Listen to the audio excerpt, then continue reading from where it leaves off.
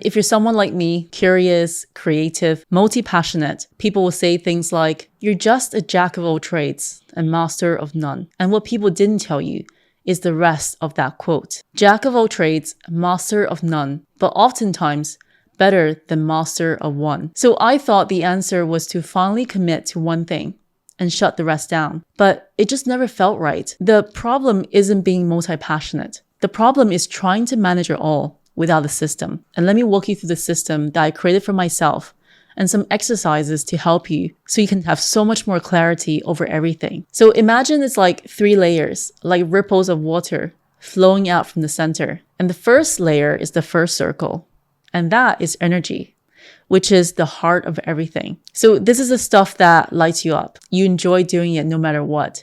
You get excited when you talk about it, and you wake up and you can't wait to either work on it or start learning about it. And this is something that my husband, Simon Alexander Ong, wrote in his book, Energize. The concept of energy is really found throughout the ages and different cultures around the world. So in Maori culture, they call it mana. And in my background as Chinese, they call it qi. And it's considered the ultimate measure of our vitality. It's invisible, like the Force in Star Wars, but yet it conveys so much of what we struggle to convey in words. And having that energy is contagious. You'll know this because having positive energy, it lifts you up, right? And sometimes negative energy from toxic things and people can drain you and pull you down. Because let's be honest, if something drains you, just thinking about it, you're probably not going to stick with it. So making videos for this channel, for example, for me, it lights me up because I get to hang out with the amazing viewers who are learning along with me. If the energy from the community wasn't there, I don't think I would have lost it as long as I have. So I want to say thank you. So the second layer, this is called alignment. This is where your interest and your strength begin to overlap. It's not just about what you enjoy, but what you're willing to get better at. When I started this channel, I was terrible on camera, and my videos were either overexposed or so dark that you can't make out my face. I shot most of my videos on my phone without any fancy gear because I couldn't figure out how to use a fancy camera. And eventually, video by video, I started getting 1% better each time. It's only when you look back at how far you come along the process, it all clicks into place. So if your passion doesn't align with your natural strength or create value for someone else, you probably won't prioritize it when the excitement fades. Because I learned about this concept of the shiny object syndrome. I was very guilty of this. It's this tendency to chase whatever is new, novel, or exciting until it's not. And I tried jump rope workouts during the pandemic.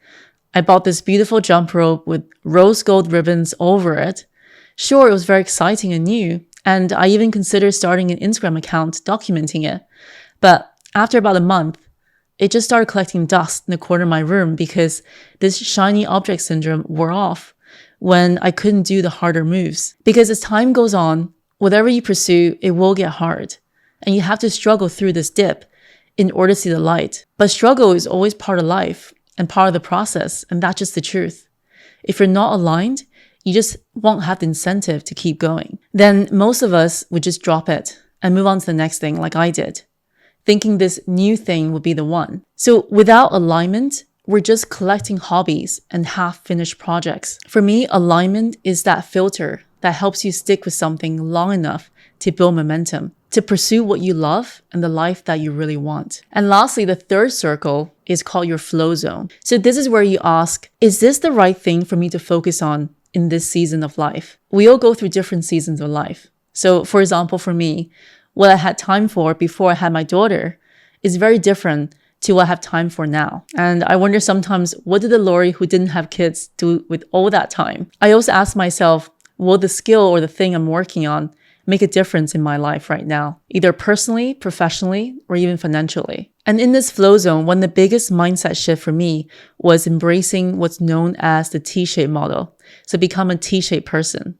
And what does that actually mean? It means that you can go deep in one area and stay broad in your curiosity, like the shape of a capital T. So you have one vertical skill or craft you're investing in deeply every day, like video creation or writing or coaching. And you also allow yourself to explore a wider range of other interests on the side without any guilt. Because I think that's what makes you valuable. And honestly, in today's world, That's what makes you unique. It's not about doing everything at once, but it's about putting together what lights you up and integrating them in ways that make sense for you. So when a project or idea flows through all three layers, that's energy, alignment, and flow zone, that will be your green light to go after it and put your focus on that. I think that's what deserves your time now. And everything else that you have on your list is not a no. It's just simply a not yet. Because as someone once said, I think it was Oprah, correct me if I'm wrong, you can have it all, just not all at once.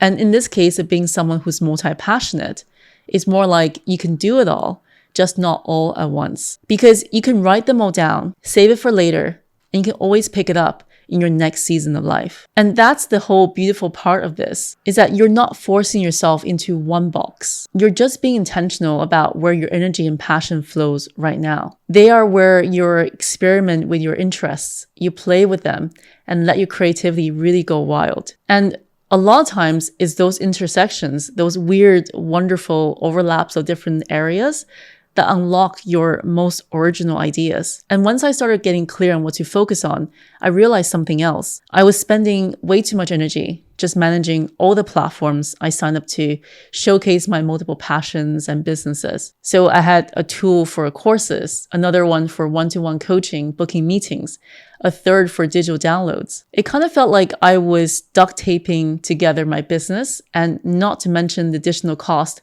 of paying for each different platform. So that's when I found Stan.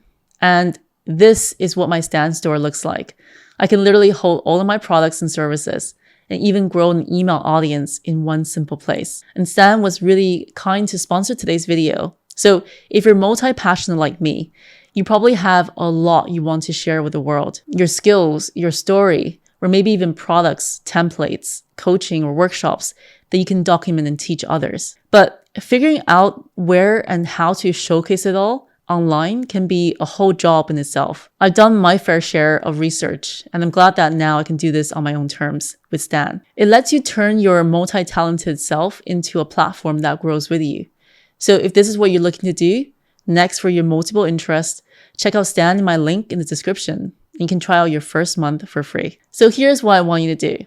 Take that entire list of ideas, hobbies, and skills you want to learn, then put them into this focus flow diagram we talked about earlier, and run each one through this method. So the question here is really, does it light you up? And does it align with your skills and value? And does it make sense in this season of life right now? If the answer is yes to all three, then that will be your focus. So if you're like me, someone who loves learning, growing, exploring new ideas, here's the mindset I've adopted over time. The first one is that seasonal focus to do one that actually matters to you right now. And number two is strategic rotation on what you love to do. So in different seasons of life, go focus on something else. And deep energy in fewer things, but the rest is also available for later. Because you don't have to be a master of one, but you do need to stop trying to be a master of 10 things at once. Focus, when you're multi-passionate, isn't about limiting who you are. It's about honoring your potential by creating space for you to grow. And if you ever read the book Range by David Epstein, you'll know this. The future doesn't just belong to specialists. It belongs to generalists, people who can make unexpected connections between different fields, ideas, and experiences. And that's basically people like you and me. Being multi-passionate isn't a curse.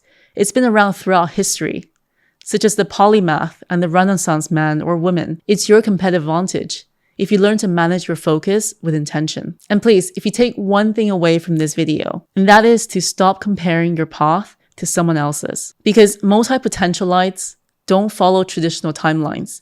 You're not climbing one ladder like everyone else. And just because someone else looks like they got the next 10 years planned out, doesn't mean that you're behind. Think about it this way, you're just taking the more scenic route to where you're going. And that's where all the best stories come from. Because whenever I felt like I should be doing more or knowing what's next, the beautiful quote from Steve Jobs' viral commencement speech at Stanford, it always reminds me to stay in my lane. You can't connect the dots looking forward. You can only connect them looking backwards.